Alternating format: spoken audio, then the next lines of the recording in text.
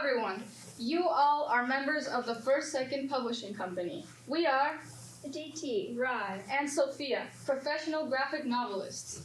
Get ready to be blown away by our new fantasy graphic novel series centered around themes of connection and trust, ink, sun, nettle, and knives. Picture this. When a sudden sickness disrupts peace in the valley, a studious young sigil scholar must join hands with 3 other misfits to uncover buried history and heal the ancient scars of their world. In this magical valley, there are 4 tribes, each with their own method of doing magic. The sigil tribe does magic by drawing and combining different symbols together, while the alchemy tribe brews magical potions made out of various plants and herbs. The music tribe creates magic through playing different instruments and singing, and the highly regarded blacksmith tribe builds magical tools and trades them with the other tribes. In the center of the valley lies the main city, called Centrum, where all the tribes reconvene to trade and also celebrate the annual Vanquish Day festival. This is our main cast. Our protagonist, Tala, is 18 years old. She grew up with her grandmother, Ilaya, in the outskirts of the Sigil tribe. She is a very logical and rigid-minded person, which makes it hard for her to make friends. One of our allied characters is Sol, a 15-year-old member of the music tribe who contrasts Tala because she's very kind, friendly, and creative. However, she secretly struggles with performing music in public. This is Ren, a 19-year-old member of the alchemy tribe who secretly uses plants and herbs to shapeshift, and they're very withdrawn, which causes initial distrust between them and the other members of their group. And finally, we have Lazarus, our mentor character. He is 29 years old, is very charismatic but also manipulative. Harboring a traumatic past, he is distrustful of people and tends to betray them before they can betray him.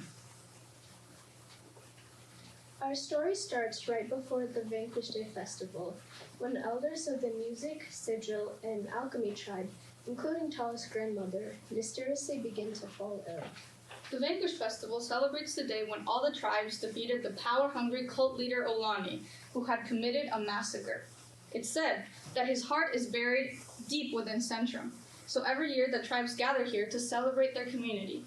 On Vanquish Day, Tala spots a suspicious figure who turns out to be Lazarus fighting with 2 other cloaked people, and she follows them, and Lazarus drops a gadget which she picks up after they leave. Weeks later, members from the blacksmith tribe take all the sick people, including Tala's grandmother, to what they claim is a sanctuary. However, Tala is suspicious and she leaves home to search for answers.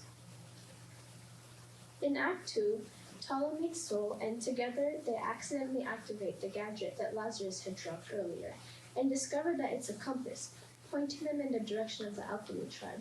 When they arrive at the alchemy tribe, they run into Ren being put on trial for their shape-shifting magic and impulsively step in to help. When they get into trouble, Lazarus, with hidden intentions, suddenly appears and helps all of them escape. Lazarus reveals that the compass was pointing towards him and leads the others to the caves where the sick people are being held. However, Tala is still wary, and she forces Lazarus to promise not to betray them and places a bonding sigil on his arm.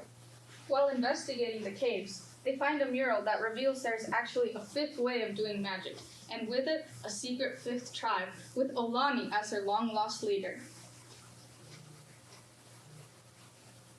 Deeper in the caves, they come across this room with a big machine in the center, and upon closer inspection, they realize that all of the sick people taken by the blacksmith tribe are held in cells lining the walls.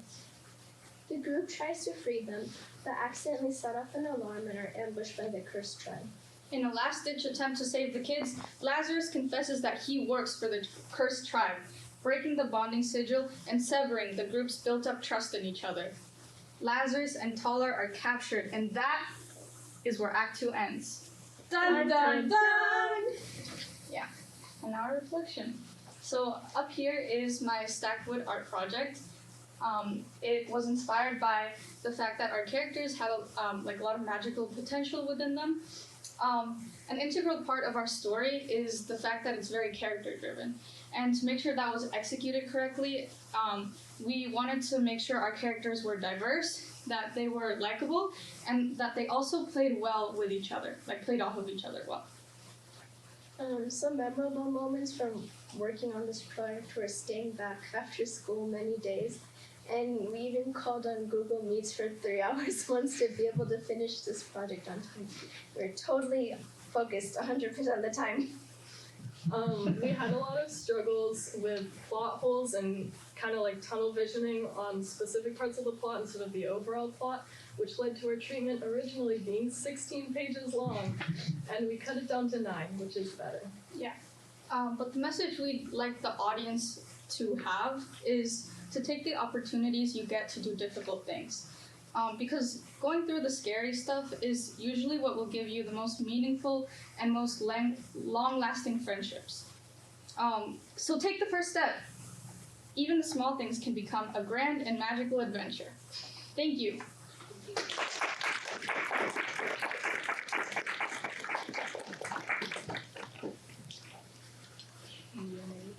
Q&A Yeah, time? it's time for a little Q&A. Audience, what role are you playing? Who are you, audience? We are graphic designer or graphic artists. Publishing Yeah. company. Oh, No!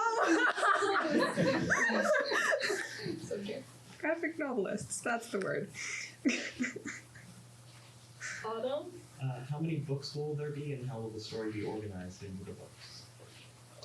I think it would be like 3 books, 1 for each act, probably. Yeah.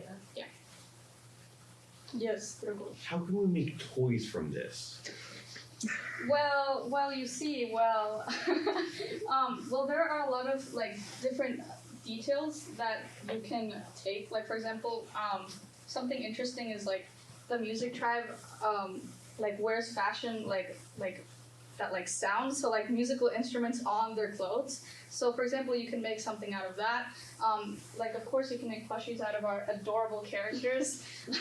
You can make like even like maybe like toys for like alchemy magic. There's a lot of opportunities you could take this. Yes, Louisa. What demographic is this book targeted toward, or these books? The demographic for this graphic novel is around like high school, middle school age, because it's very fantasy-like, but also has themes of like loss and like a lot of conflict and some violence. So yeah. What makes this book different from other fantasy genre books on the market? Do you want to go? Sure. The characters are very relatable because we spend a lot of time working on them, and I think that stands out from other fantasy books. Yeah, I think as well, there's a lot of, in like the genre of fantasy, the characters aren't very diverse, and I think that this would definitely be an exception, and it would really get audiences to feel like represented and to help them get immersed in the story. Natalie. Did you guys draw inspiration from any of the research papers or like real events? Not really. I think the closest thing is all of our research papers kind of had themes around social justice, and that can definitely be seen in parts of this, but we didn't like directly draw from any of it.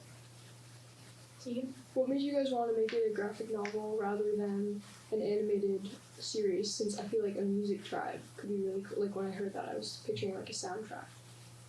Yeah. Something I think could be interesting is if it's like an online sort of platform as well, you can have like music play while you read the episode, which I think would be cool.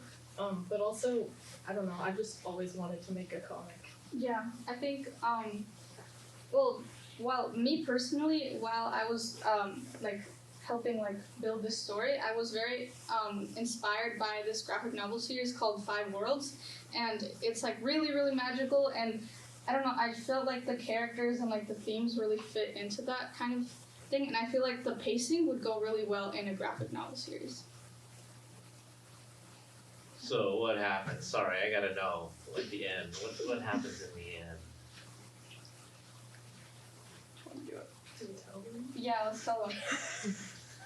Okay, so, so something that is, like, kind of important is, like, the lore. So, the story of the world is kind of that, like, in the ancient times, Olani was, okay, so the 5th tribe,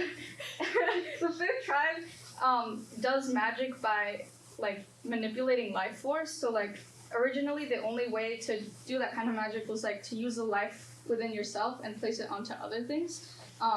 But Olani was the one who discovered that you could take life force from others and put it into yourself, like to gain more power.